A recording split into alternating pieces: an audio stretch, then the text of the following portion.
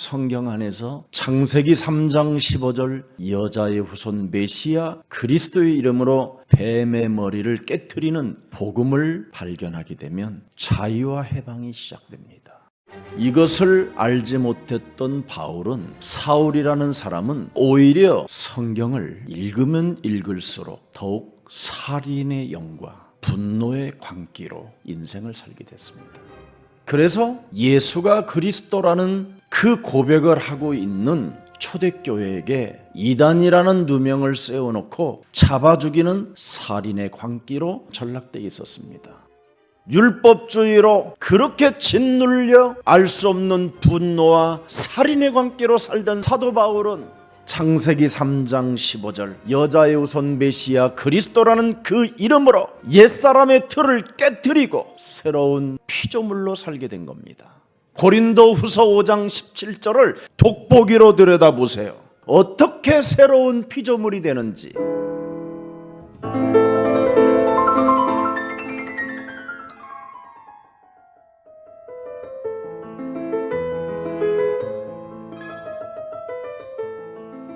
그런즉 누구든지 조건을 따지지 않고 그리스도 안에 있으면 새로운 피조물이라.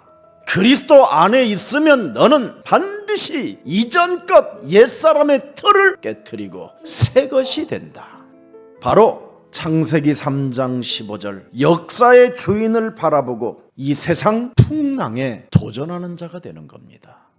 그러면 이 땅에 수많은 재앙을 통해서 하나님의 사람으로 인정받게 되는 거예요. 그래서 역사의 주인을 바라보는 사람들에게는 오히려 풍랑 만난 시대, 재앙을 만난 시대, 코로나 바이러스로 인하여 고통이 오는 이 시대에 멋지게 도전하는 새로운 시작이 일어나는 겁니다. 창세기 3장 15절 여자의 후손 메시아 그리스도는 바로 우주와 만물을 주관하시고 내 인생을 새로운 피조물로 재창조하신 하나님의 아들 그리스도, 우리의 만왕의 왕 하나님이십니다. 창세기 3장 15절 여자의 후손 메시아 그리스도는 바로 역사의 주인이기 때문에 역사의 주인이신 그리스도를 통하여 구원을 받았고 그분이 여러분의 주인이 되었으니 이제는 그의 말씀을 들으세요. 하나님이 주인이 되었다면 하나님이 너를 인도하시기 때문에 뒷발질하지 말고 그분이 시키는 대로 가라. 바울은 하나님의 말씀으로 시작하여 답을 찾아내는 사람입니다. 창세기 3장 15절을 여자의 후손 메시아 그리스도가 도대체 무슨 답입니까? 다 이루었다. 십자가라는 갈보리 그 산에서 죽으신 그 하나님의 아들이 인간의 근본 문제와 다가올 미래의 문제까지 다 끝내놓았다. 왜? 구원받으라고, 새로운 피조물이 되라고, 옛사람의 틀을 깨트리고 마귀의 일을 멸하라고, 죄 권세에서 해방받으라고 그리스도를 주신 것입니다. 그래서 모든 시작점은 내가 아니라니까요. 하나님이 주신 하나님의 아들 예수 그리스도로 시작하면 답을 찾게 되는 것입니다. 여러분, 성경 속에는 창세기 3장이 있고 6장이 있고 11장이 있는데 지금도 그 역사는 진행형으로 되어 있습니다. 도대체 창세기 3장의 그 진행형으로 움직여지는 이 흑암 덩어리는 뭐냐? 여러분을 지금도 하나님을 떠나게 만드는 흑암을 말하는 겁니다. 생명의 에너지를 갖지 못한 채 유리방황하며 인생을 쓸쓸한 고독 속에서 살게 만드는 눈에 보이지 않는 흑암을 말하는 겁니다. 이 흑암 덩어리는 하나님과 함께 거니는 에덴 동산에까지 침투하여 하나님과 인간을 분리시켜 놓았습니다. 하나님은 분명히 너를 나 사이에 분리시키는 이 흑암이 있으니 너는 그리스도의 빛을 발해라. 빛 대신 그리스도로 어두움을 밀어내라. 그러나 아담과 하와는 그 말씀을 불순종하여 하나님을 떠나게 된 것입니다. 그러면 사람이 어떻게 되느냐? 죄 권세로 온 몸이 장악되어져 버리는 겁니다. 그래서 영적인 존재가 육신적으로 전락해 버리는 거예요.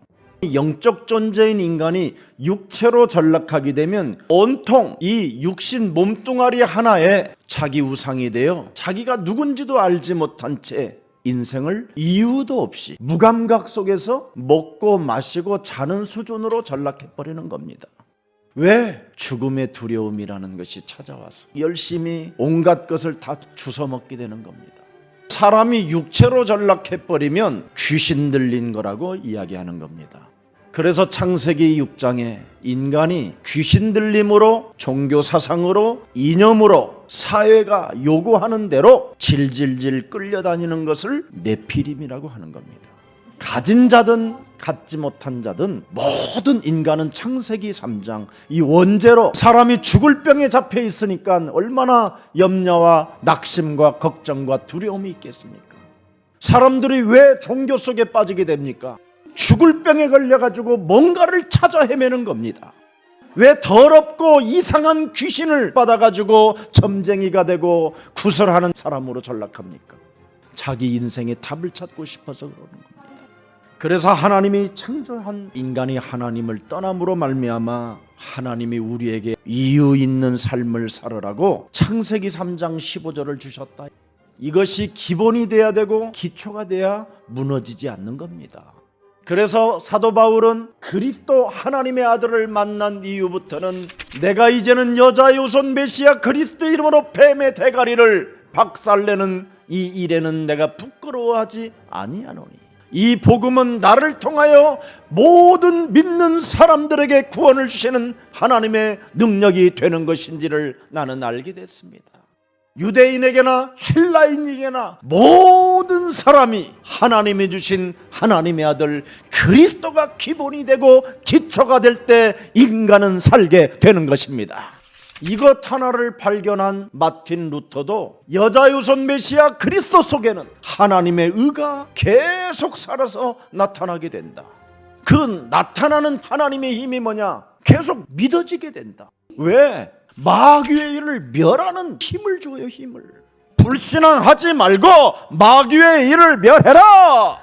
그러면 믿음으로 믿음에 이르게 하노니 오직 의인은 그리스도를 믿는 믿음으로 살게 되는 것이다. 그리스도 예수 안에 있는 생명의 성령의 법이 죄와 사망의 법에서 우리를 해방케 하는 것이다. 복음의 능력을 아는 자가 바로 우리의 대속주가 십자가라는 죽음을 통하여 내 기구한 운명의 저주와 죄 권세로부터 장악되어져 있던 모든 저주와 재앙과 죽음과 사망이 끝나버린 것이다. 오늘 복음을 가진 바울은 쇠사슬에 묶여 있는 채 뭐라고 말합니까? 지금 사공들이 우리들을 놓고 도망가려고 하니까 저들을 붙잡아 두어라. 그리고 열나흘 채나 먹지 않고 있었으니 우리는 반드시 기력을 되찾아야 된다.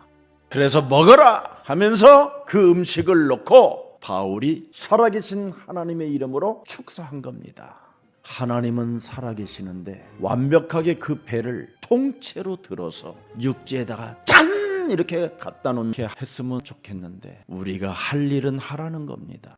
신비주의, 율법주의, 박애주의, 인본주의, 선지자 노릇들 하는 사람들은 굉장히 게으르고 무능 속에 빠져 있습니다. 복음이 없으면 사람은 전부 다 하나님의 기적만 바라보는 겁니다. 그러나 복음을 가진 자는 풍랑만난 시대 속에서도 도전이라는 게 시작되는 겁니다.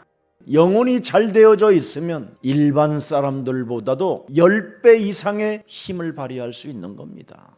영력과 지력과 체력과 경제력과 만남이 성령 충만에서 오는 것입니다. 그리스도 고백 속에 성령 충만을 받는다라는 걸 잊지 마시고 주는 그리스도시요 살아계신 하나님의 아들이십니다. 여러분, 이 땅에는 혼돈과 공허와 흑암이 있기 때문에 인간이 애를 쓰고 몸부림을 쳐도 부질없는 짓이라는 겁니다. 인생은 열심히 살고 몸부림치며 애가 타도록 돈을 벌어도 사탄의 불화살을 맞아버리면 무너지는 겁니다. 여러분이 쌓아놓은 박사학위가 무너진다 이 말이에요. 경제가 무너진다 이 말이에요. 여러분이 쌓아놓은 그 육체 덩어리가 어느 날 불화살을 맞고 무너지게 된다 이 말입니다. 땅에 있는 하나님의 형상들이 하나님을 떠나 죄 권세에 잡혀서 이렇게 무너지는 인생이기 때문에 너는 먼저 창세기 3장 15절 여자의 우선 메시아 그리스도를 가지고 너를 하나님 말씀을 듣지 못하게, 그 말씀을 믿지 못하게, 그 말씀을 지키지 못하게 공격하는 사탄의 머리를 그리스도의 이름으로 박살내라! 그걸 주시려고 사람을 하나님이 부르시는 겁니다. 무너지는 시스템 속에서 이유 있는 삶을 살으라는 말입니다. 새로운 삶이 다른 길이 있다 이 말입니다. 이유 있는 복음의 삶을 살으면 어느 날 큰 민족을 이루는 새로운 만남이 시작되는 거예요. 너를 축복하는 자에게는 내가 축복을 내릴 것이요 너를 저주하는 자들에게는 내가 저주하리라. 땅의 모든 족속이 창세기 3장 15절을 가진 너로 말미암아 복을 얻게 될 것이라. 이걸 복음이라고 하는 겁니다. 그래서 복음을 가진 자는 쫄지도 않고 떨지도 않고 쫀쫀하지도 않고 쟁쟁거리지도 않고 찌질하지도 않고 헛소리 잡소리 개소리도 하지 않습니다. 신음소리를 내지 않습니다. 복음을 가진 자는 이유 있는 삶을 살고 있기 때문에 하나님의 시간표 속에 전도 제자라는 천명을 가지고 하나님의 말씀을 듣고 믿고 지키는 자가 되어 자신과 세상과 사탄과의 영적 싸움을 시작하는 것입니다. 이걸 이 시대에 하라고 하나님이 우리를 부르신 것입니다. 그래서 세계복음화의 전도자들은 말로만 전도 선교하지 말고 현장에서 나누어 줄 수 있는 그릇을 준비하는 거예요.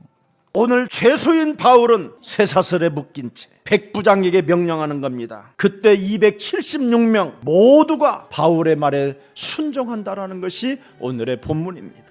열나흘 동안 언약으로 새겨놓은 그 구원의 길이 얼마나 힘을 강하게 느끼게 만들었던지 하나님의 힘이 막 바울에게 쏟아지게 된 겁니다. 뭔가 사람이 하나님의 이름을 가지고 흉내내는 자가 아니라 어떤 상황 속에서도 하나님의 언약을 가지고 마음에 새겨놓고 그 구원의 길을 말할 수 있는 힘을 가진 자라 이 말이에요. 바울아 두려워하지 말라. 네가 가이사 앞에 서야겠고 또 하나님께서 너와 함께 항해하는 자를 다 네게 주셨다. 나는 그 말씀을 그대로 믿노라. 이게 새겨져야 돼요. 바울이 탄 배는 무사해야 하고 특히 혼자만 가서는 절대 안 된다라는 겁니다. 여기에 하나님의 선교적이고 전도적 섭리와 경륜이 쫙 들어있잖아요. 이기적인 사공들까지도 걔들도 다 쓸모가 있다고. 그 배가 파손하기 전에 훈련을 시키라는 거예요. 훈련. 그래서 바울을 제한 275명 모두가 전도자가 되어지는 축복을 받게 되는 겁니다. 배 안에서 열나흘 동안 얼마나 구원의 길을 외쳤던지 그 배에 탄 모든 사람들이 바울의 말씀에 순종해야 내가 산다라는 걸 드디어 알게 됐다 이 말이에요. 그래서 그 말씀을 순종할 때 그 약속이 약속대로 이루어진다라는 사실을 말했기 때문에 276명의 생명은 머리카락 하나 다치지 않고 살게 됐다라는 것이 오늘 바울의 드라마입니다. 그래서 생명 하나라도 잃지 않게 하시려고 하나님의 이 섭리와 이 경륜을 여러분이 들여다봤다면 오늘 나는 전도제자로 가야 되겠다라는 결단을 하십시오. 사공은 굉장히 무책임한 자요 이기주의적인 자이지라도 바울의 입에서 나오는 말씀을 먹고 믿고 시작했더니 하나님의 그 경륜과 그 섭리를 알게 됐다라는 겁니다. 그래서 이 사공들이 결국 로마에 가서 처음 교회를 탄생시키게 된 겁니다. 오늘 확실하게 하나님은 우리에게 약속해 놓으셨습니다. 도망가지 않고 전도제자가 되는 길을 선택하며 너희 중 머리털 하나도 잃을 자가 없으리라. 머리털 하나도 손상되지 않게 하나님이 나를 보호하시고 지키시고 역사하신다. 그리고 나는 먹어야 된다. 여러분은 한 주간 그렇게 사십시오. 하나님이 주신 정확한 미션을 붙잡아라 이 말이잖아요. 사람의 소리를 듣지 말고 하나님의 말씀을 들으라는 겁니다. 지금도 창세기 3장, 창세기 6장, 창세기 11장은 활동하고 있기 때문에 오직 우리가 필요한 것은 복음 그리스도밖에 없습니다. 주는 그리스도시요 살아계신 하나님의 아들이십니다.